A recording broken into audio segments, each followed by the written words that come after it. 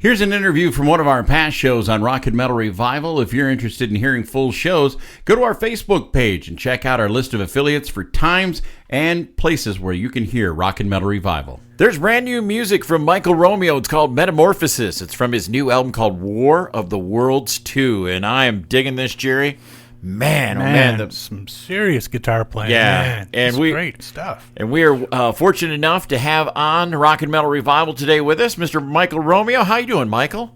I am good, man. Thanks for having me. And how you guys doing? We're doing all right. I tell you, first time we sat down with this new album, Jerry and I just kind of looked at each other in shock because we were digging it so much. And I guess the question that I have to ask is, I've been a big fan of your vocalist Dino on this album. How did you get him? How did you guys line that up? Well, when I did part one back in 2018, I had a vocalist here, a friend of mine. I always try to keep it like just guys I know, like kind of buddies and that kind of thing. And it was, like I said, my buddy Rick and, unknown guy, local guy, and I thought it'd be kind of cool, bring him in, an unknown dude, that's kind of a cool thing. Yeah. And then this one I was like, okay, what can I do different? Who can I find? And I wasn't sure. I mean, I was thinking about maybe having a different singer on each song, and I'm like, maybe that ain't right. I kind of like the cohesiveness of just like, one singer. Mm-hmm. And I talked to some friends and some guys, and it was one day I was on the phone with Simone Molaroni, and he's in Italy, and he does, helps me with all the mixing and the mastering, and helps me out so much doing these records. And he's like, oh, let me just call my buddy Dino, because I guess he had worked with Dino before. And I was like, oh, yeah, no, I'm familiar with Dino. And, next thing you know, he put us in touch and sending some files back and forth because, he's over in Europe. And I thought it was like, dude, it's freaking perfect, man. Yeah. Just go with it. Go. Have fun, just knock it out of the park. And I think he did. I think he did a great job. Yeah, definitely. Now, after I listen to this, War of the Worlds 2, I had to go back and listen to War of the Worlds 1 because, I mean, come on, you're jumping in right in the middle of the whole thing. So, but, and I got to ask you a question now. On, let's see, on War of the Worlds 1, there's a song called Effin' Robots. What is that sound effect? What is that effect that you guys are using for that's like representing the robot voices kind of thing? That is crazy, whatever it is. I mean, it's like, a bunch of synths, and actually I know, kind of a DJ electronic musician guy that helped me out. Because, I mean, that's definitely not my strength. Mm-hmm. But, my kids, they were, back in the day, they were listening to some of this dubstep, this electronic thing, and, I mean, I thought some of it was actually pretty good. Some of it gets pretty heavy, and I'm like, I wouldn't mind maybe trying something like that, maybe put some guitars on it and see what happens. I mean, with all these records, it's just like, what can I do? Try to do something different, maybe more cinematic orchestral stuff or some of this electronic stuff or, it's just kind of being goofy, man. You go into the studio and you just start throwing things together and see what happens.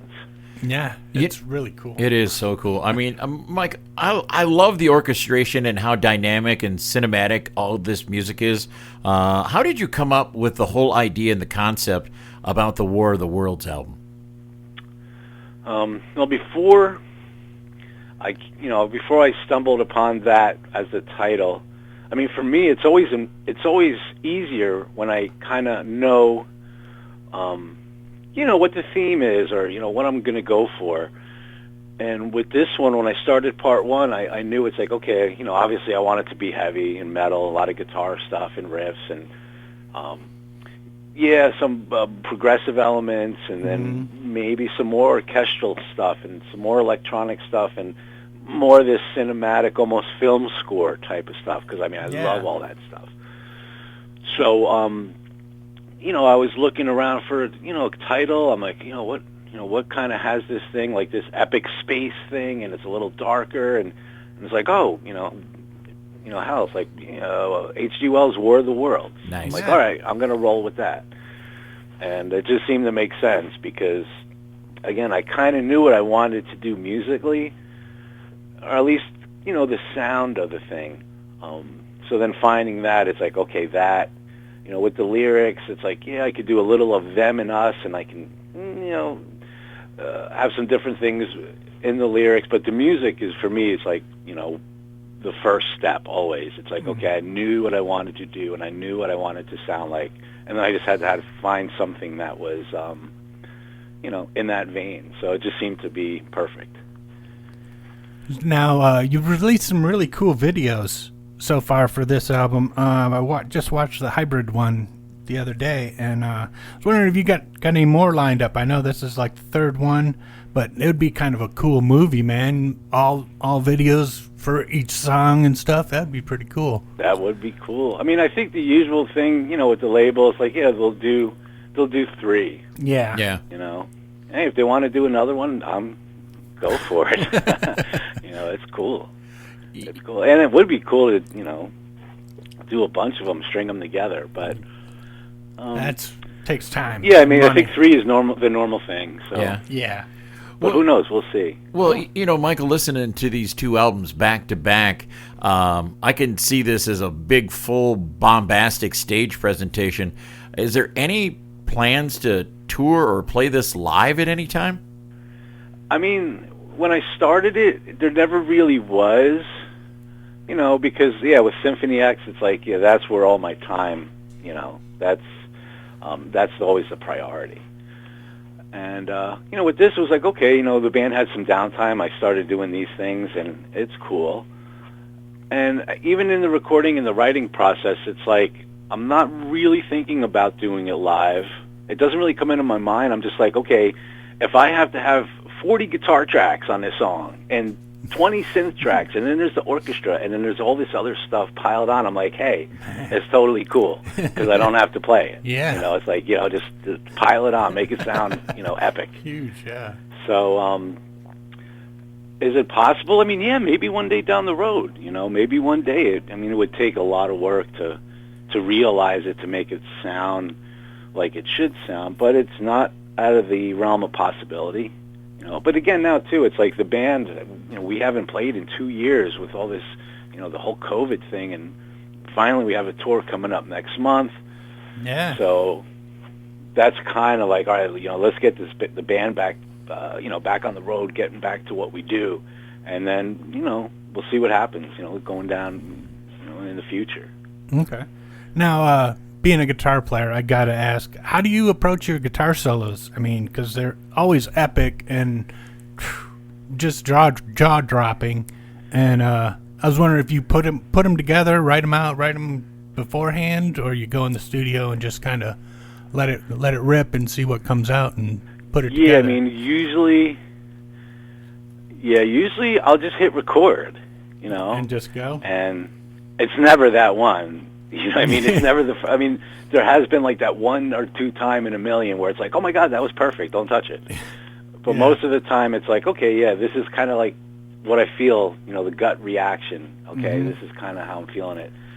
And then I'll listen back and I'm like, oh, I like how I started it. Maybe let me try another one. I'll start it the same way and maybe I'll do something towards the end. And, you know, and after a couple times like that, you kind of get it together and it's like, okay, this is what it's going to be. And then I'll just do a bunch of takes till I'm happy, and then usually I'll go try to double it. Going back to, like, you know, Randy Rhoads and all the stuff I grew up with, and it was like, oh, those solos were, you know, most of them were doubled, and there's just something cool about that sound. Oh yeah, yeah, it gives them this big, huge sound, fullness. Yeah, but it's not easy to do. Sometimes there's a lot of notes, and it's not so easy to double it. But yeah, I do my best. That sounds great. Now, reading through the album notes, I see that a friend of this show, J.D. DeServio, has played bass on both albums. How'd you get hooked up with J.D.? Have you played with him in the past? We went to school together. Nice. He lives, you know, a couple of blocks from me. You know, he's always around. Nice. Can't get rid of him. He's always out in the yard. What's that? Can't get rid of him. He's always out in the yard. The bass players. Nah, he's freaking awesome, man. He's awesome, and you know, and we were all in high school. You know, of course, we were all about playing and all about music, and you know, he went, you know, Black Label and working with Zach, and then, you know, me with Symphony X, and we kind of always, you know, doing our own thing. And then from time to time, we just hang out and, jam a little bit.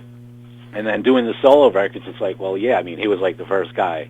I'm like, yeah, just called JD. He's right here. He's an amazing bass player. He's friggin' smoking. Oh, yeah.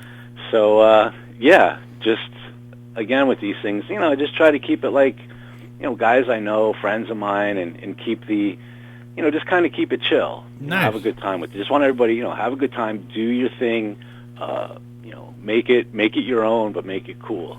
And luckily, it's been like that, so. Yeah, very cool. Now, guitar technology's come a long way. Did you use real amps and everything with this, or did you use the software plugins and apps and all that stuff? Usually, with recording, it's always real amps. Yeah. Always real amps. Always using my Angle. And, but there are times, because I don't have, 30 different amps in my collection. I really don't have much. And it's like, this part might be cool with like some kind of a clean, twangy, Fender Deluxe or some other kind of amp. And then I think that's where things like the Neural, like the Quad Cortex, the Kemper, these kind of things, where it's like, okay, I don't have all these amps, but man, these things are like 99.9% really close to it. And the convenience and the ease of using it is totally fine. But yeah, for all the real rhythms and all the guitar solos and all that, real amp, no doubt. Nice. Cool. Michael, I would be doing the Symphony X fans a disservice if I didn't ask about this 25th anniversary tour coming up. What can the fans expect on that tour? That will be there. Unlike the last 2 years where it just kept getting canceled. No, man, I mean, 25th anniversary, and the numbers don't add up now because everything's backed up for years, and it's cool. But no, man, I think it's gonna be great.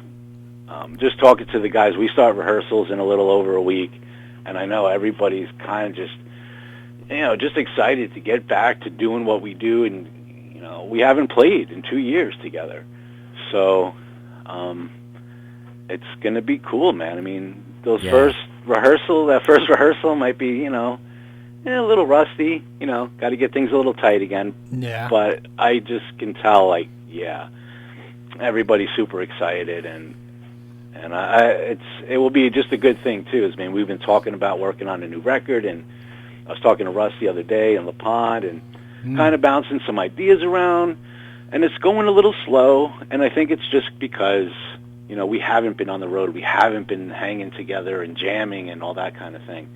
So I think once things start moving along and, back on the road and hanging out and a rehearsal and talking about the record, and, things are just going to hopefully just go back to normal. Cool. Things just got to go back to normal.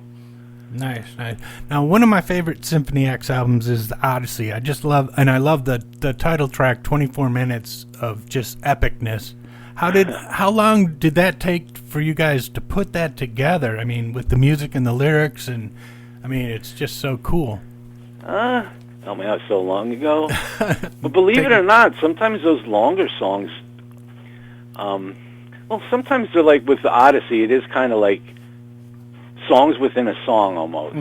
It does kind of do all these different things. So, oh man, I can't remember, but I'm sure maybe I had a piece of this or I had a piece of that. Or me and Pinella worked on this thing, and it kind of all you start to glue it together. But we definitely had the idea first, going back to having an idea. It's like, okay, we knew we wanted to have a big epic thing. It's like, what could we do? And it's like, all right, let's find some big hero's journey kind of thing. Oh, okay, how about the Odyssey? All right, cool. And then you start putting this music together, and you already have a blueprint. Yeah. That's why... for me, it's just, I like to work like that because you kind of know. It's like, well, is it going to be darker? Is it going to be more heroic? Is it going to be heavier? Is it going to be this? Yeah. It helps to have that theme. So the Odyssey, I mean, it probably took a minute. It didn't happen overnight, but you kind of roll with it. Nice. Now, serious question. Do you think the song Just Before the Dawn off the new album could have benefited for maybe adding some cowbell? Wait, say it again? You think the song Just Before the Dawn could have benefited from adding some cowbell? Right in the mellow part. Maybe if you want to try it, you want to play some cowbell for me, come on down to the studio, man. We'll mic that up and we'll rock that. I got a few different ones here, so yeah we're all set. In Wisconsin, we have plenty of cowbells. Yeah, Michael. you get one at the border. I don't know if I've ever heard cowbell in 7, all the odd times, but yeah, that maybe. would be interesting, man. Yeah. Well, I play in bad time anyway, so it might match up. Yeah. Hey, Michael, where's the best place that people can actually go out? We're big on physical copies of albums and vinyl and that kind of thing. Where's the best place to get your stuff? Yeah, I mean, I'm the same way. Yeah, I'm always about like having a physical thing in my hand. But yeah, I mean, wherever people get music. I mean, yeah, if it's a digital thing, there's wherever you get your digital music, or wherever you get, your physical, your CD, your vinyl. Like usually something like that. Like I'll go to Amazon or whatever you use. I mean, the album's pretty much available everywhere. So wherever you get your stuff. Cool. All right. Well, cool. But talking about vinyl, it's like I do have vinyl, and it's like I don't have a turntable. I just never. Everybody tells me how great it is. I'm like, man, am I missing out? I might have to break down and actually buy a turntable. It does sound better, dude. It does. I'm serious. Yeah, there's just a fullness to it, and the delays and the choruses and stuff sound so much fuller. They're fully there. All the delays and all that stuff are fully there, and when they compress it, man, you lose a little bit of that. And so, it's worth it. You might want to try that. Yeah, because I love my vinyl. Well, maybe next time we talk, I'll be like, vinyl guy. Yeah, there we go. That'd be awesome. Well, Michael, we always let the guest on our show pick the song out of the interview. And what do you want us to play off the new album? Oh, let's keep it easy, like with Divide and Conquer. Nice kind of up-tempo. Got some riffage, got some melody in the chorus, kind of good, well-rounded song, I think. Has a little bit of everything. Yeah, Divide and Conquer. Sweet. All right. Well, Michael-Romeo, you're always welcome here on Rock and Metal Revival. All right, guys. Yeah, it was awesome, man. Great talking.